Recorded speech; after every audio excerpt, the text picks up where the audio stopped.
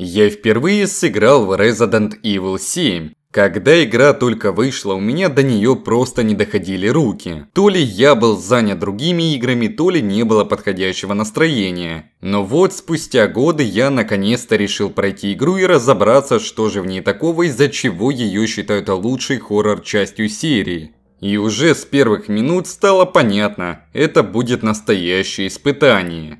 Скрипучие половицы, шепот в темноте, мерцающий свет фонаря и ощущение, что за тобой кто-то наблюдает. Когда-то седьмой Resident Evil стал для франшизы глотком свежего воздуха, перезапустив ее в новом формате и вернув утраченный дух выживания. Но как игра ощущается в 2025 году? Все так же пугает и держит в напряжении, или время не пощадило и ее? Давайте разберемся в этом.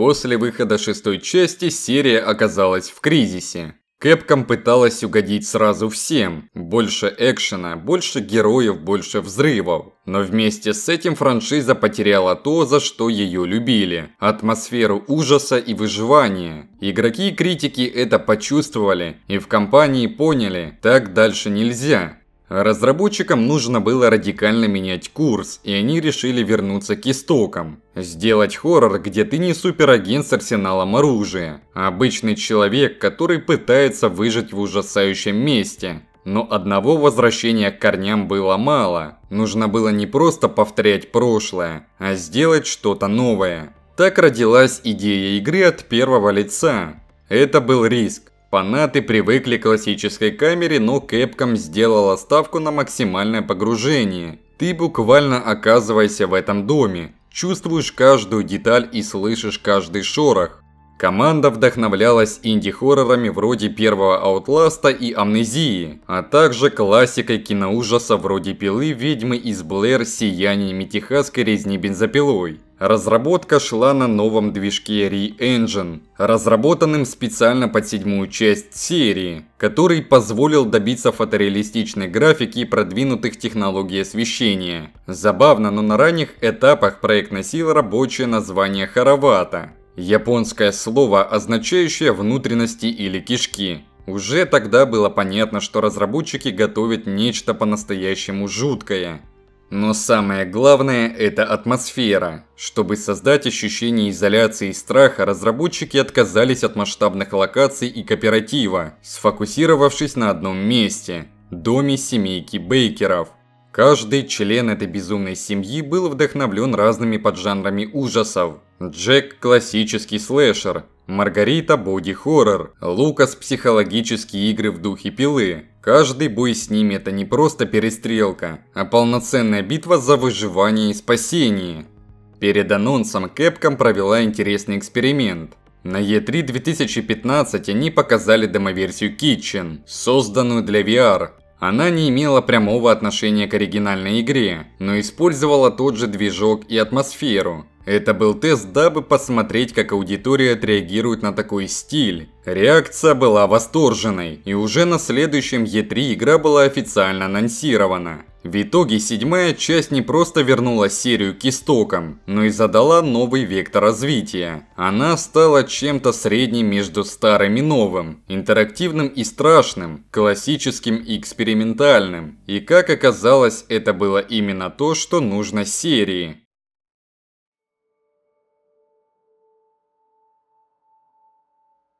Итак, геймплей тут напоминает возвращение к старым добрым традициям. И знаете, это получилось просто шикарно. Ты бродишь по тесным коридорам, открываешь новые проходы, ищешь секреты и решаешь загадки. Все как раньше, только теперь инвентарь не такой неудобный, как в некоторых других играх.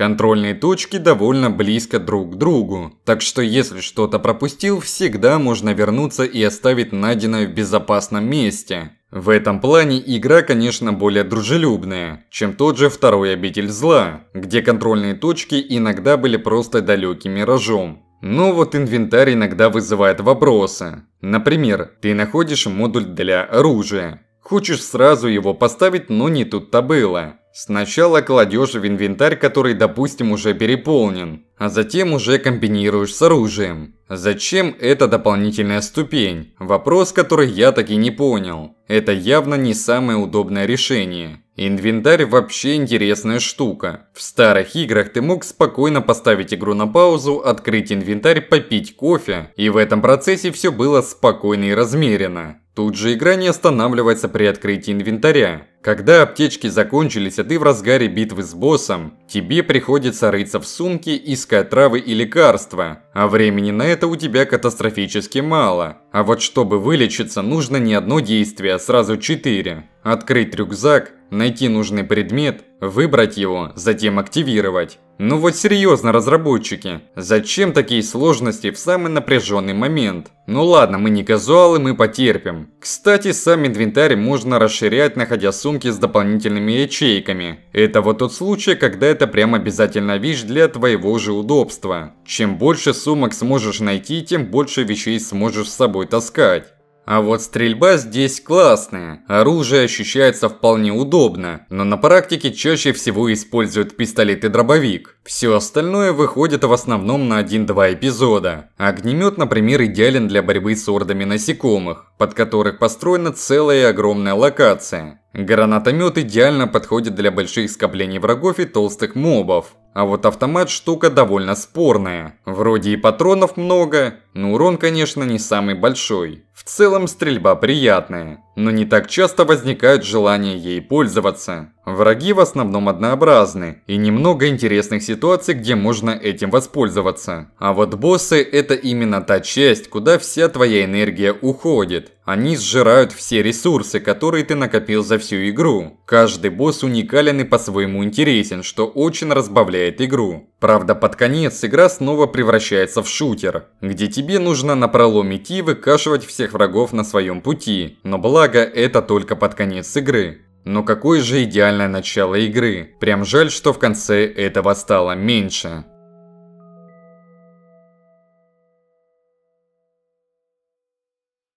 Главный герой Итан получает неожиданное послание от своей жены Мии, которая пропала без вести 3 года назад. След ведет его в полуразрушенный особняк в Луизиане. Но вместо долгожданной встречи он попадает в настоящий кошмар. Семейка Бейкеров является хозяевами этого дома. Они ведут себя так, словно вышли прямиком из фильма ужасов. Они кажутся бессмертными, издеваются над гостями и явно что-то скрывают. Что происходит в этом доме? Почему Бейкеры ведут себя так странно? Чем дальше Итан пробирается по мрачным коридорам особняка, тем больше узнает о том, что здесь произошло. И история подается постепенно через видеозаписи, записки и редкие диалоги, позволяя игроку самому складывать пазл происходящего. Это не просто хоррор про выживание, а история с интригой, которая держит в напряжении до самого конца. Что мне особенно понравилось, игра не перегружает лишними подробностями, но при этом создает ощущение, что у этого места есть своя история, и ты сам того не желая, становишься ее частью.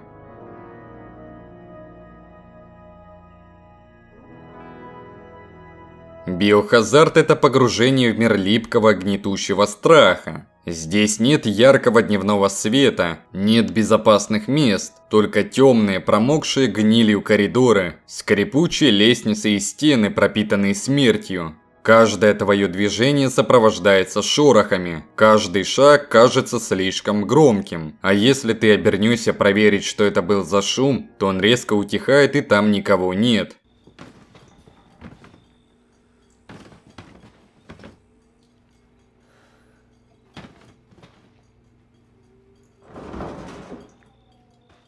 Свет фонаря выхватывает лишь ближайшие несколько шагов, а вот остальное тонет во мраке неизведанного.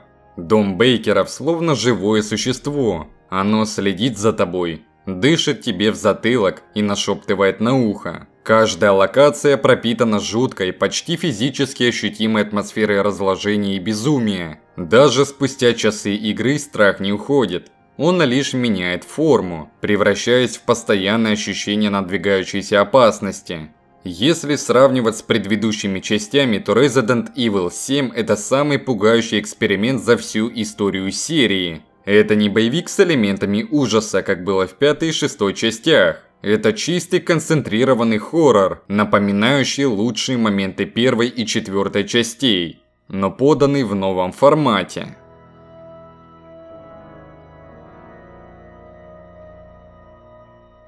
Седьмая часть – это тот редкий случай, когда игра спустя годы не просто остается актуальной, а продолжает пугать и удивлять. Это образец того, как можно перезапустить культовую серию, сохранив ее дух и добавив что-то новое. Да, у игры есть спорные моменты. Ближе к финалу становится больше экшена, а некоторые механики могли бы быть доработанней. Но атмосфера и геймплей с лихвой компенсируют эти недостатки.